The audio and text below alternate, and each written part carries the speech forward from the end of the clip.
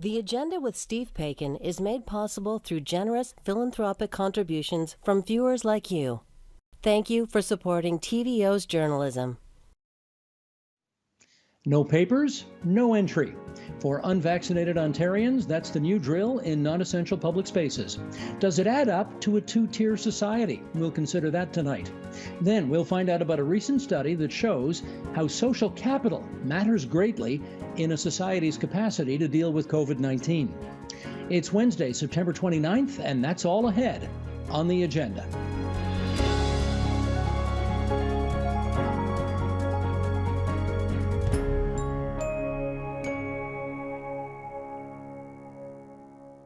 Ontario's vaccine passport is now in effect. And for the fully vaxxed, it's making many public spaces feel safer than they have felt in almost 2 years. But for those who have not gotten the jab, well, some doors are now largely closed to them. With us now on what that side of the equation looks and feels like, we welcome Ontario's former Information and Privacy Commissioner Anne Cavoukian, now distinguished expert in residence leading Ryerson University's Privacy by Design Center of Excellence. Dr. Quam McKenzie is here. He's the CEO at the health policy nonprofit, the Wellesley Institute, and sat on the Ontario government's advisory table on vaccine certificates. Steve Yurdens, professor of psychology at University of Toronto Scarborough. And we welcome Carrie Bowman, assistant professor of bioethics and global health at the U of T's Department of Family and Community Medicine. And it's great to see four familiar faces for a timely and important topic on TVO tonight. Just before we start, we do want to share a little bit of footage here of what went down at the Eaton Centre this past Saturday. Because, well, let's face it, we are starting to see more of this, and we suspect this will not be the last we see of these kinds of things. Sheldon, if you would, let's roll that.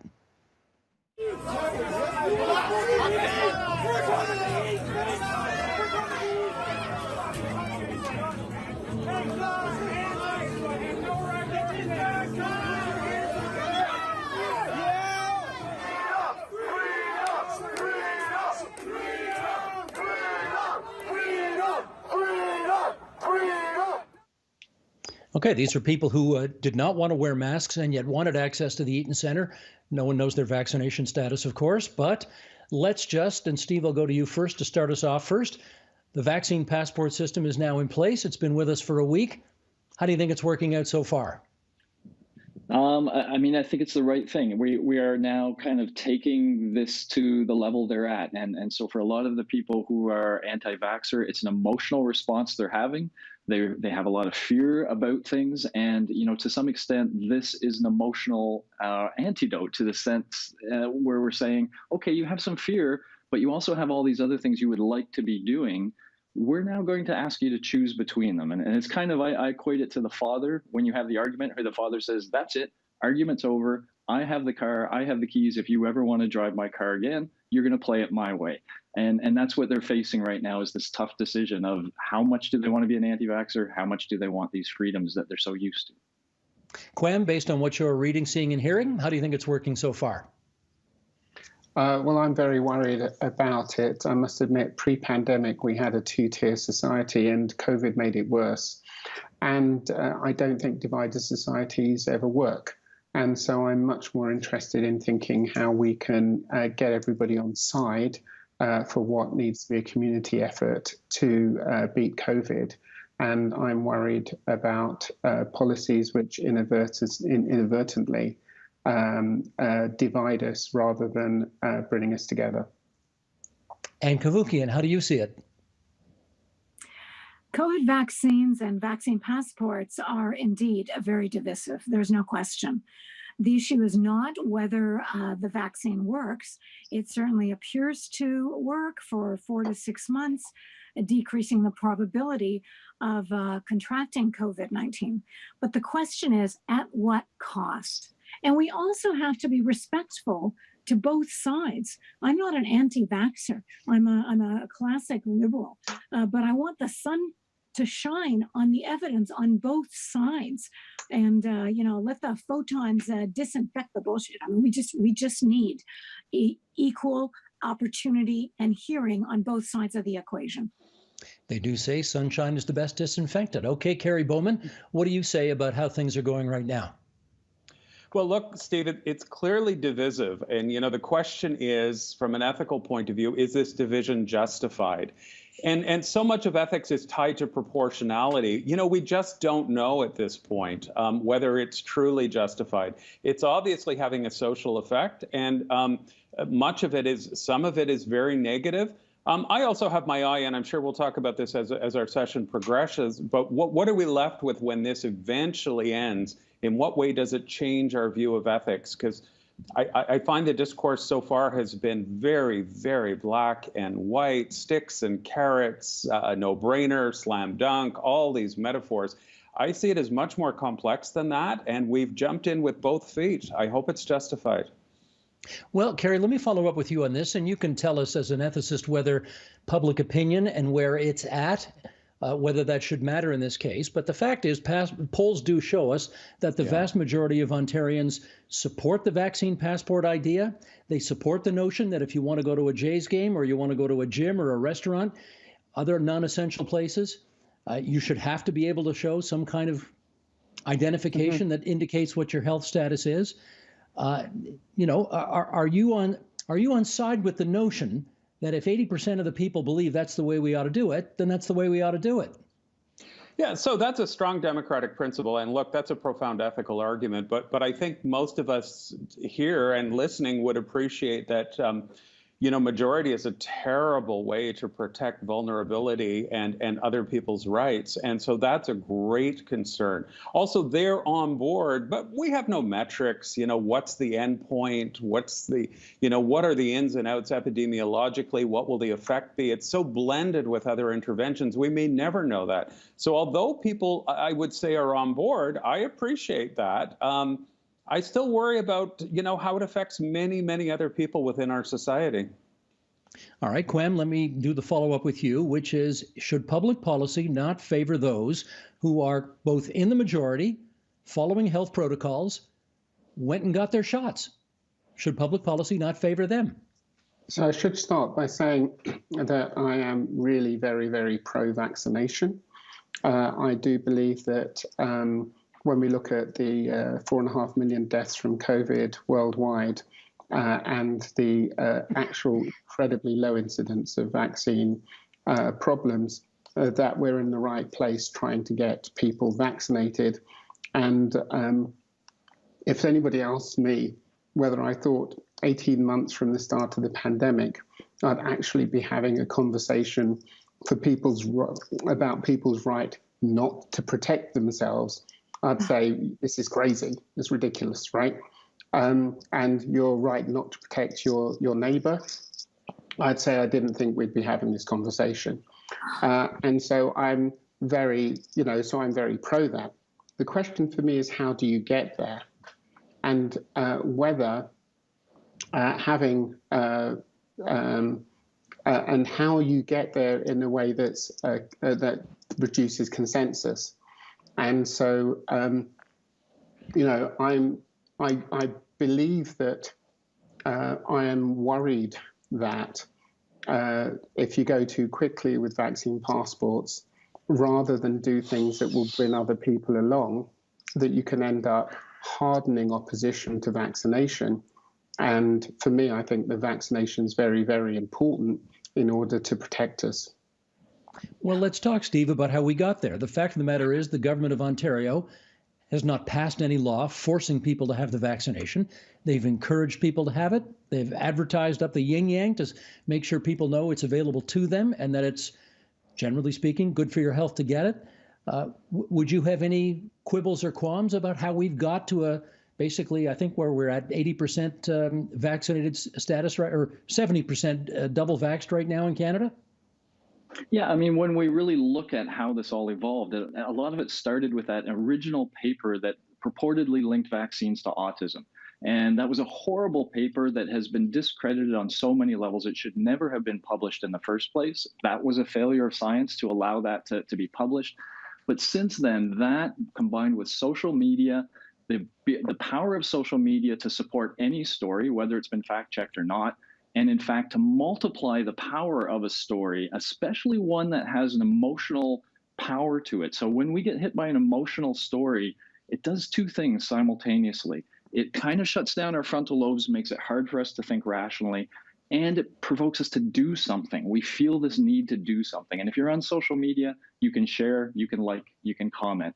And so we see a lot of sharing, and we see the false information now get a power to surround people that the good information doesn't have because of all the fact checking and the reputation of the sources. So I'm a little surprised by some of these. You know, you can say, is the vaccine 100% safe?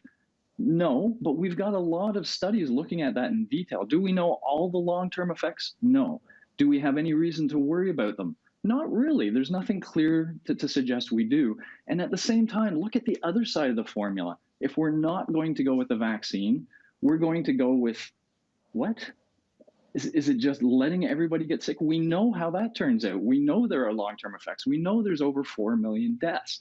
The vaccine is our way out. We really need to convince people to do it. This is a divisive approach. That's not fantastic. And what I think you're going to see is some people get really upset, as we saw in the Eaton Center, and some people quietly get the vaccine. And we need that latter group because we need to reach herd immunity. That's the way out. That's the question I would pose to the other people. If not the vaccine, if not to push people to get it, what's the alternative that you have in mind? So, Steve, can I just follow up on that with the other Steve? Let me get Quam first, and then Ann Kavukian come on in after that.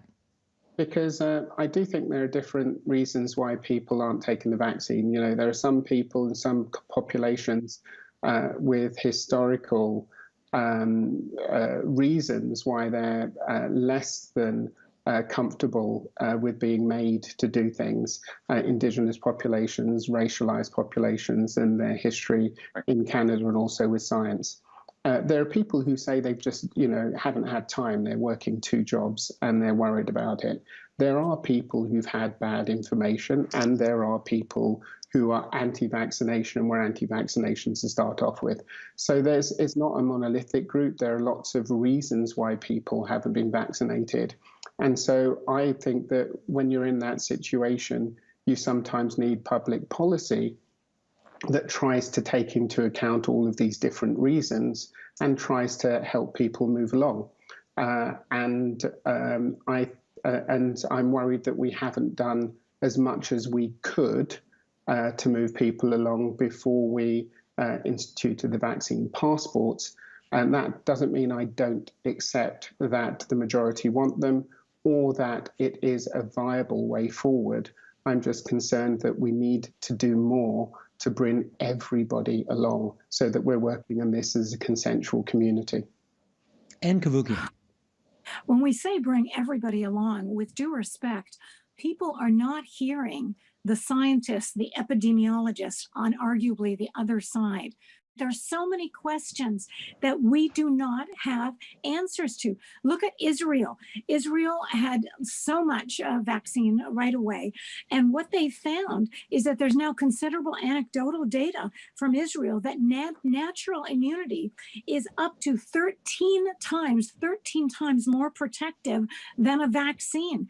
So I want to say, with due respect, we have to hear from all sides of the equation.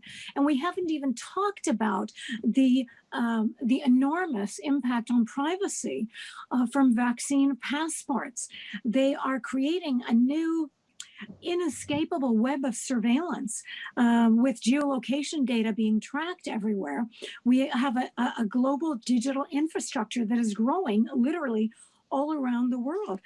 And what about individuals who have anaphylactic, who are immunocompromised, who cannot get the vaccine? There are so many factors to consider. And I should mention, with the vaccine passports, which I find highly, highly offensive from a privacy perspective, both Quebec and the Port-au-Pass in Alberta have been found, the CBC revealed this, to be incredibly privacy invasive. There's collecting all kinds of personal information that was never intended to be collected. This information is being shared online with a variety of unauthorized third parties. So this is not a slam dunk. That Okay, it's just let me jump in one here way for a or second, not. please. And you've raised a whole host of issues, You've raised a whole host of issues, many of which are pretty darn controversial. So I want to get some feedback from around the horn from everybody else on some of the things that you've raised. Let's go Quam, Steve, and then Carrie. Okay, so we know that places like Sweden decided to go down the line of herd immunity, and they decided very early on that they were going to try that, and it was a monumental failure. We know that Anne is completely right, that if you get immunity following having had COVID, that is very strong immunity. The problem is if we went down that line, we would have many more deaths. And most people have decided, and most countries have decided, that's not the way to go. And the issue is that we have got to where we are because of science, and because science takes anecdote, it takes emotion, it takes sort of people's good ideas, and it tests them properly. And then once it's tested properly, we start making policy based on firm science and firm statistics. And that testing isn't taking place sufficiently. Hang on. Let's hear Quam, please. And proper knowledge. So all of this gets done. What isn't that useful is not doing the science properly. We use science to get around sort of, basically hearsay. And that is just not useful in a pandemic. We need to do the work properly, and that's what's being done. Now, I've been lucky enough to see loads of these data, and to see lots of the things that people have put on the table, to see loads of these things that people think might work, and most of them don't. And when they do work, they are being promoted and they are being used. So I think that certainly with regards to where we are at the moment scientifically, I just actually think we're in an amazing place. 10 months after people started, we've got vaccines that work and have been shown to protect millions of people from COVID. It is a modern miracle. And if people want to undermine that, I don't know why they would. Steve, can I have you come in here now, please? Sure. I think Quam's actually done a pretty good job on some of the stuff that Anne's talking about, and it's more medical than I can talk to. But I did want to just point out this point about what Quam said. I like that idea of bringing everybody on board, and I understand there's a spectrum. The thing that we also have to consider is there's a big clock behind us, right? We have to deal with this. If we say, okay, let's take another year to use some subtle messaging to try to do whatever, that's the time when the next variant is going to come out and take over again. And so if we really want to get the other side of this, we're so close to the herd immunity, we got to get people there. And, that's why I support the vaccine passport. I think it is difficult. It makes things really uncomfortable for a lot of people. And of course, those with medical exemptions and such, we have to look into that and make sure they're supported. But in general, this seems to be the best way to get us from where we are now, 80% to where we got to be, about the 90%. And then we can all stop fighting and be on the other side of this. But the longer we stay in this gray zone and have these silly fights over, pseudoscience versus real science and people promoting certain things, then I think this is where it's not the passport that's divisive. It's everything that's led up to this point. We were divided way before the vaccine passport. The vaccine passport is an attempt to get us united, even though some of the group are going to have to, be dragging their feet to do it. Kerry Bowman, anything you want to say in rebuttal to what Anne said a few minutes back? Yeah, I'm going to step back from the epidemiology and hide behind the fact that I have a PhD and it's not an epidemiology, so I step back. I'm not naive, however, and I read a great deal. So, that's a major consideration. But, I do hear from students that they're fearful to ever come up with any kind of argument that doesn't fit into the acceptable, this is what we need to do and this is how we do it. And Quam, I agree with many, many points you're making. I do not agree in the least that science is somehow bulletproof and completely resistant to outside influence. That is simply not the way Western culture works at all. And I think particularly in this pandemic, science has been in a scramble to make decisions quickly without sometimes longer term data. And they've done mostly, I think, a good job. Yeah, and I'd All right. like to agree with you totally, Kerry. I don't believe science is bulletproof. I actually don't believe anything's bulletproof. And I think it's great we've got ethicists, because I do think that science sometimes makes mistakes, sometimes makes big mistakes, sometimes goes down unethical routes. I just think it's one of the better strategies we've got in pandemics when things are fast moving to actually get us to a place that is safe and defensible. I don't think it's perfect. I totally agree with you. And I actually agree with Steve as well about this idea that, it's fast moving. The issue I have and the worry I have is we've got boosters on the horizon. We've actually still got 5 to 12-year-olds who are unvaccinated. So we're nowhere near going to be at herd immunity. And we have to have a strategy, not just for now, but also for the future. And I think if we alienate and we produce silos for certain parts of the population, that might be a strategy which gives us problems in the future.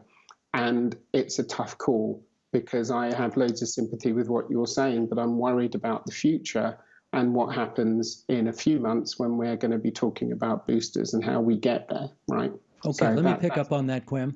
I want to pick up on that because here's basically what public opinion looks like as it relates to the future that you're all talking about having to manage. This is from Leger, the public opinion firm Leger, and they surveyed Canadians and discovered 77% of Canadians have a negative opinion of those who have not been vaccinated. And even more, 85% of the vaccinated hold a negative view of the unvaccinated.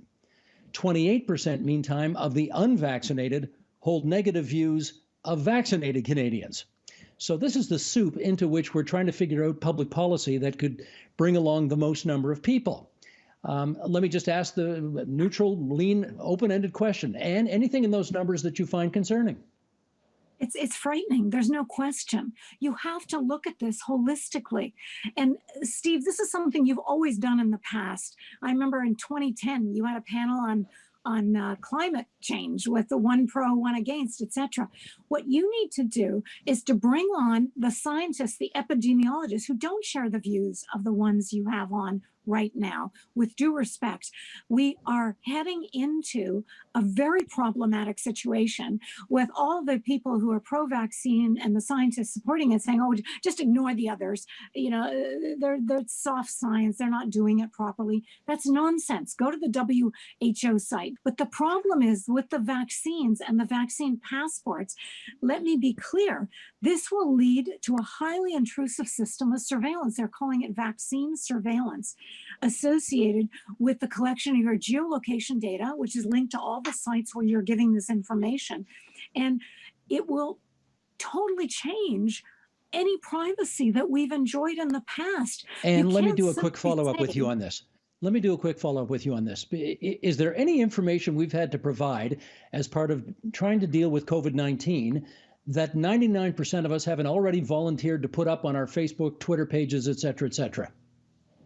That's not the point. I'm sorry, Steve. When you talk about very sensitive health data, health information is the most sensitive health information, deserving of the strongest privacy protection. So when you're demanding people's passport information and have they got a vaccine or not, and they may be medically compromised, immunocompromised, they can't get a vaccine, you are holding so much information against them. And it sort of eradicates any liberty and freedom in our society. A prosperous and healthy society never threatens its liberty, and that's what we're doing here. All right, Carrie Bowman, from an ethical point of view, do you think there have been privacy issues raised during the course of governments attempting to tackle COVID-19? Yeah, I mean, we're just rolling out into the passports now, and I think there probably will be. We're waiting to see. I find it odd just going for a coffee that I have to show something with my name and perhaps other information on there. So that's what we see. But look, let me just say, from an ethical point of view, the thing that concerns me probably the most about this is it's really not. Some people say, lawyers particularly, we're preserving autonomy. Nobody's being held down to be vaccinated. I would say it's coercive. For some, most of us, including me, we're very happy to be vaccinated. Not everyone is. So this is not autonomy as we know it. This is not free and informed consent if your job is on the line. If you're about to be fired, I mean, I spoke to someone just a few days ago, and they're raising 3 young children, and they're being vaccinated in fear for their livelihood. So we are deviating from free and informed consent. And, you know, maybe not for the majority of the population, but I really wonder of the effect of the social fabric and if ethics will ever recover from this, because the thinking now is I'm going to decide whether you're making good decisions for yourself or not. Not, are you making informed decisions? I'm going to decide if your decisions are good. Well, this conversation we're having here may reflect, in fact, a lot of what's going on out there as well. And to that end, I do want, Sheldon Osman, can I get you to bring up a graphic of what the Toronto Star had on its front page back on August 26th? And I'll read some of these headlines that were on the front page of the Toronto Star. I have no empathy left for the willfully unvaccinated. Let them die. I mean, these were the kinds of quotes that the Star later apologized for, I should say, but we are seeing, and maybe Steve Jordans, you can pick up on this, we are seeing people vilified for their position on vaccines, for their position on vaccine passports, for their unwillingness to take vaccinations, which, let's remind everybody, they are not obliged to take. There is no law telling them they have to take it. I'd like to get some sense from you as to what those attitudes, particularly when they're splashed on the front page of the biggest circulation newspaper in the country, what all of that does to the mix of things we're talking about tonight. Yeah, I mean, it's tricky. We're all trying to have civilized conversations. But yeah, there's a lot of underlying frustration, right? And we're all frustrated. We're all tired of this pandemic. We all want to be able to go back and support businesses and live the life we want. And increasingly among the unvaccinated, there is this feeling that we could be there. If everybody had just done their role, got the vaccination, you know, we could potentially be in a place right now where this would be over. And so everything we're experiencing now, slowly in the mind of the vaccinated, gets put on the unvaccinated. You know, we start to think it's your fault. We are not in a better place now. And we're seeing that happening mixed with what I call the enough is enough effect, where, you know, it's like a lot of us have tried to have these difficult discussions. And it's really difficult when we get into the weeds of issues of, I read this website and anecdotally it says this and that. And you try to kind of combat that with it gets really, really difficult and frustrating. And I think a lot of the unvaccinated are just tired of it. And it is like that point of the father saying, you know, enough is enough. That's it. I'm done. We need to get vaccinated, and here's the path we're going to take to do it. So I think that's in there. And what you see in those quotes, this is the unfortunate thing. When people have these sort of underlying frustrations, they can come out in very nasty ways sometimes when the right sort of spark hits. And I think that's what you're seeing is that spark. It is that underlying frustration, and it's there very strongly in the vaccinated now. Well, Steve, we invited you on this program obviously because of your academic credentials that you bring to this discussion, but you've also got some personal experience on this as well. And if you want to talk about that, I'm offering you this invitation too, because your personal family circumstances may be very instructive to others who are watching. You want to share that? Sure. Yeah, sure. I would love to. So I have 3 sisters. The sister I've been closest to for all my life is a very firm anti-vaxxer. Got there in a very benign way. She was sort of big pharma, big food, worried, and I understand all those worries and concerns and think they're valid. But she got pulled to the strong anti-vax position. She has power of attorney for my mother. My mother has Alzheimer's disease and is in long-term care. Because of my sister's views, my mother is unvaccinated. And will be unvaccinated. And there's absolutely nothing I can do for that. My sister and I have had a lot of these conversations that I'm sure I could have with Anne, that every time we have the conversations, we just feel like we're further apart. And so I've thought long and hard about, you know, like how do we heal as a country, but also how do I and she heal? What's the best way to go forward from here? And so it is a very emotional issue. It's splitting a lot of families. And it could involve, you know, like Kwam says, it could be here after the pandemic is gone. This could be the long-term effect many of us are living with, is this horrible division that we're facing. And so, yeah, I really do think we need to find ways. I don't think this arguing about details of stuff is where we need to be. I think we need to show each other love and support and empathy. And then I quite honestly think as a society, we need things like the vaccine passport to kind of get people going in the same direction, that arguing isn't the approach anymore. The rational mind is not up to this challenge. We have to speak to the emotional mind to make this work. Kerry, can you follow up on that? What's the way in here? Well, the opposite of what we've been doing. I did this awful election. I say awful because it seems like we got nowhere with this entire election. But, to use this as a wedge issue was so destructive, and it contributed, I think, to so much more polarization. And the conversation leading up to vaccine passports, I think, was very, very black and white. It was dominated almost exclusively by medical voices. We heard very little from anyone that was not directly, and mostly primarily physicians. I think it's very divisive. And when you look at that headline that we saw in the Star, this is destructive. Human nature being what it is, when you set up us and them, and I think it's a political win. If someone comes on strong about vaccine passports, they sound powerful and decisive in a crisis. I think it's a win. But, even this carrot and stick business, a carrot is a manipulation and a stick is a form of animal cruelty. Is this really the right metaphors for public health? I think we've come about this and we've done a lot more damage because of it. And probably we have lower vaccine rates because of our approach. Well, you say we have lower vaccine rates, although our rates are among the highest in the world. And Anne, let me put to you, the Leger survey that I quoted earlier also had this additional comment on it. It said, as street protests over vaccine passports continue across Canada, unvaccinated Canadians are now far more unpopular than language, cultural, and religious groups that are generally the object of negative sentiment. I guess I want to know, in your view, whether or not this pandemic and our vaccination response to it has created a new form of discrimination in the country. Absolutely, Steve. I agree with everything you've just said. And what people don't realize, they're looking at all the short-term benefits of the vaccines, which I give you.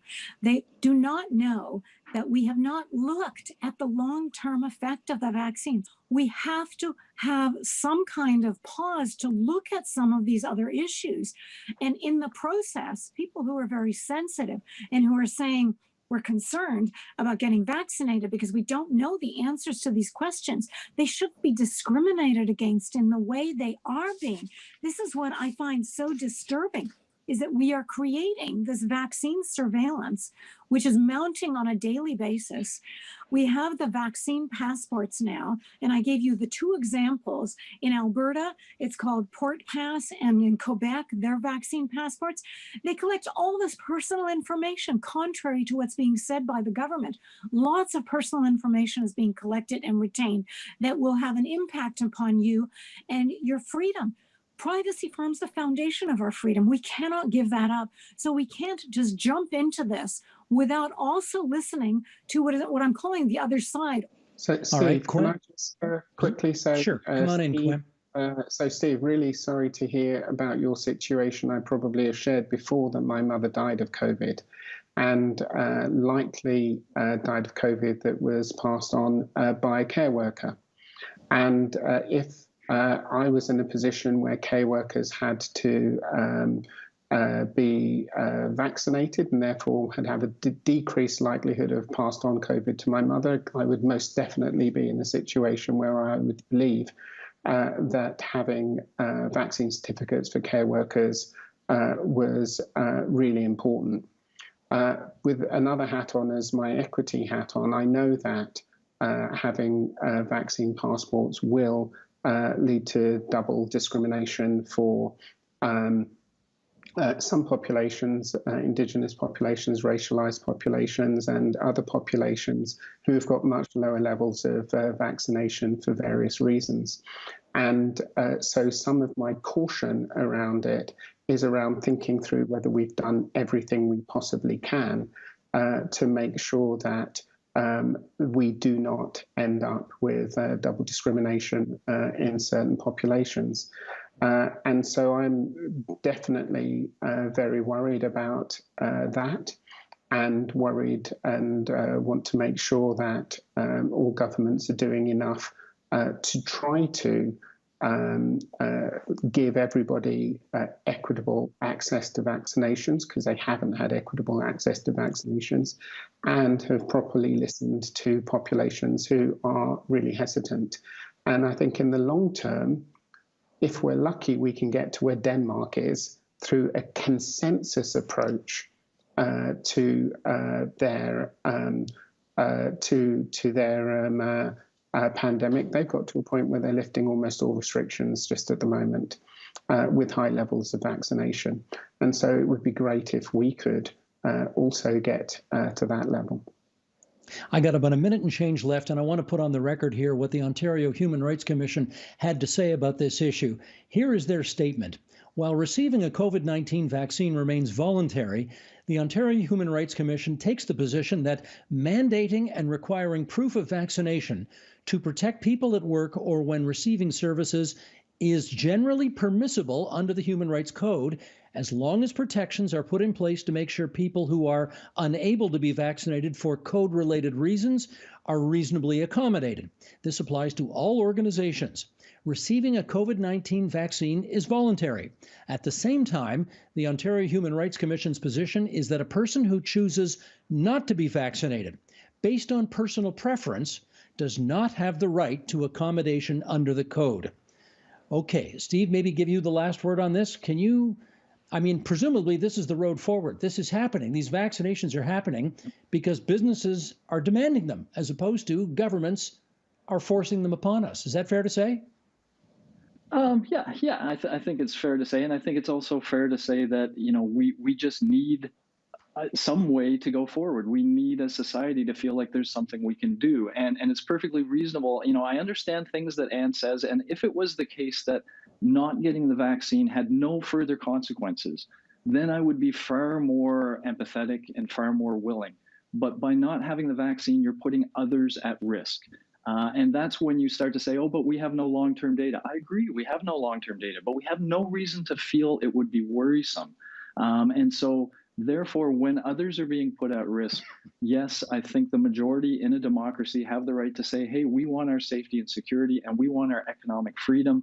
And the only way to do that is to get past this virus. The only way to do that is through vaccination. So yes, I agree with Kwame that we want to use the emotional lever to kind of get them there, but we also want to treat them with full respect, give them the full information they need to feel like, this is a good decision. But we can't just sort of spin and argue and meanwhile allow the virus to do its thing, or it's going to be bad news.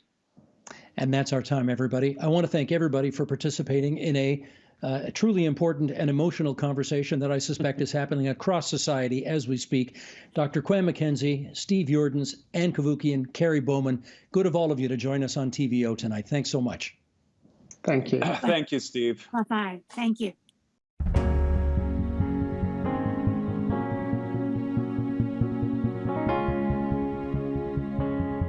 Here in Canada, it is fairly well understood that the pandemic hasn't hit all communities evenly. That's true globally as well, according to a recent study that dug into why some places and people are faring better than others. Frank Elgar is an associate professor at the Institute for Health and Social Policy at McGill University. He's the lead author of that study, which analyzed social capital, income inequality, and COVID-19 deaths across 84 countries worldwide. And Frank Elgar joins us now from Montreal, Quebec. Frank, it's good to meet you. How are you doing? I'm great, thanks. Happy to be with you. Terrific. Your study looked at COVID deaths across 84 countries, as we suggested, and this was earlier in the pandemic. What did you find out? Well, the big storyline for our analysis was income inequality. Going in, we sort of naively thought that countries that were richer or had a younger population might have fewer deaths. We went in looking at measures of social capital and some economic factors. But pre-COVID income inequality, the gap between rich and poor, turned out to be by far the most powerful predictor for us of COVID-19 deaths. And there's several reasons for that. If you, across the different academic disciplines, if you look at the health and social outcomes of inequality, Countries that have wider gaps tend to have larger inequities in health. They have more poverty. There's fewer protections for lower income workers, whom we know were overrepresented on the front line among essential workers. There's more pre-existing illnesses. There's more health vulnerability there as well. So there's several explanations for why, but by far inequality seems to trump just the sheer wealth of a country in trying to predict how they did through the pandemic.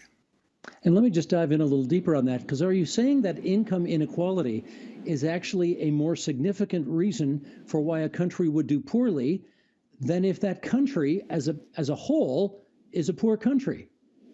Exactly. By far, we looked at some 80-some countries, and there are several countries that have lower wealth, but smaller gaps between rich and poor, that did not have the levels of mortality and infection that we saw in countries like Brazil, the United States, Italy early on, the United Kingdom. These countries have higher inequality, and we saw a more rapid rise in their mortality counts during the spring of 2020.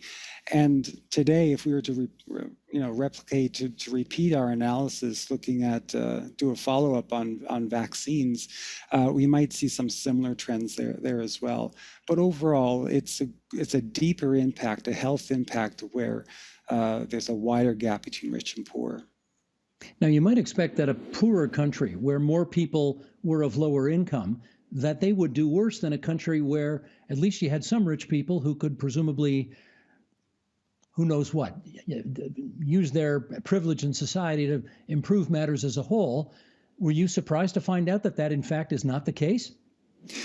Yes and no, because if you look at some of the research done in the social sciences on how inequality has, it affects social connections, social bonds. In our analysis, we did work on using measures of what they call social capital, and these are indicators like interpersonal trust, cooperation, involvement in the community, and more unequal countries tend to have weaker social ties. There's less, I guess, social capital or resources to mobilize a big effort to practice social distancing, to wear masks, and so on, to sacrifice make some sacrifices for the common good. So you have reduced levels of trust, reduced levels of cooperation. It's tougher in those circumstances to mobilize everyone. Plus, you have more vulnerability lower on the social ladder as well.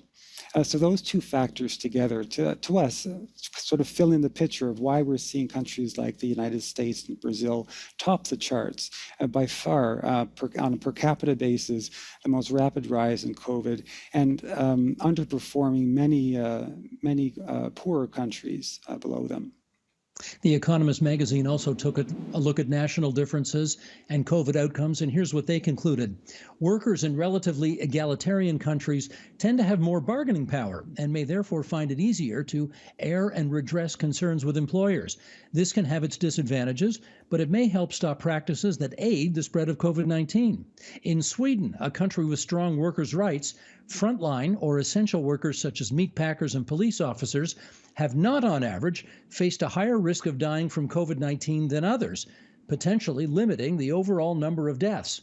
This is in contrast to results from America, Britain, and Canada, which are more lightly regulated. Now, let me ask you about Sweden, because they took a pretty questionable approach at the beginning to lockdowns and the pandemic. They kind of let her rip, off the top. Did the narrower gap between rich and poor protect Swedes in any way? Certainly, for a number of reasons. You're right. Sweden is one of the most equal countries when measured in terms of income inequality. They have greater protections for the poor and lower income workers. And although many of us were sort of surprised by their initial response, and and it was tough going for them early on because they were underperforming their Nordic neighbors in terms of the spread. They had, I assume, more social capital to rely on. The political opinions were not as divided as here in Canada and the United States. It was easier to mobilize. They have better health overall and smaller health inequalities as a population. So Sweden, in some ways, it is an outlier in terms of its government response. You could say ultimately it was undermined by that sort of a weak response, a weak involvement by the government early on. But in the long run, it seemed to be the social connections and basically their economic wealth. They're in a very privileged position. Sweden did okay in the long run. In fact, looking over the first 30 or 40 days of their pandemic, Canada and Sweden place about equal, which is surprising to many, given Canada took a big swing in terms of its government involvement and benefits and protections early on. Indeed. Now, if you live, generally speaking, in a more trusting society, how does that directly have an impact on your health? Trust is an interesting, it's embedded in the culture. It's a multidimensional construct. In our analysis, when we measured trust in different ways, we found different effects on COVID-19 mortality. If we were looking only at trust in government institutions, trust in the sort of health information you're provided, those countries, those societies that have a lot of trust for officials, health officials, and government-run institutions, and are engaged in the community, generally had a slower rate of increase in their mortality. But on the other hand, trust along the social close ties that we have, the in-group bonds that we form, our friends, family, our neighbors, those sorts of connections, and a desire to be in groups had a negative effect. And this, for us, was that's why we titled our paper "The Trouble with Trust." It's a double-edged sword. If you're in that sort of social context where you are, you believe you trust your neighbors more than your own government, then you can see the social conditions are there for a spread of misinformation or bogus information about COVID-19 that might hinder the public health, to undermine people's attitudes about vaccines. Any previous examples from history that you think would buttress this point as it relates to trust? Yeah, well, previous pandemics, if you look at SARS and MERS, the research done in Taiwan, for example, looking at confidence in governments was a huge predictor to vaccination rates. And we're seeing this now play out here in Canada, unfortunately, in a very divided political context where there's a lot of dismissive information and attitudes towards the COVID-19 vaccinations. And that's part of what we're calling, in psychology, they call this a behavioral contagion, where there's a rapid spread, a dissemination of misinformation, false information that undermines the common good. And again, it's coming through those strong interpersonal ties, trust at an immediate social level at the expense of distrusting the government. Let's pull up excerpt right out of your paper, in fact, that speaks to this. You write in your paper, The Trouble with Trust, in-group bonds reinforce risky health behaviors through the phenomenon of behavioral contagion. High trusting and affiliated societies may be more susceptible to misinformation about the severity of COVID-19, bogus treatments, or dismissive attitudes towards physical distancing. I guess we've got, as many examples as where to be an overly trusting society can be a problem as much as it can be a help? It can be a liability, and I don't want to mischaracterize the situations we're seeing now in the United States with Donald Trump or Bolsonaro in Brazil.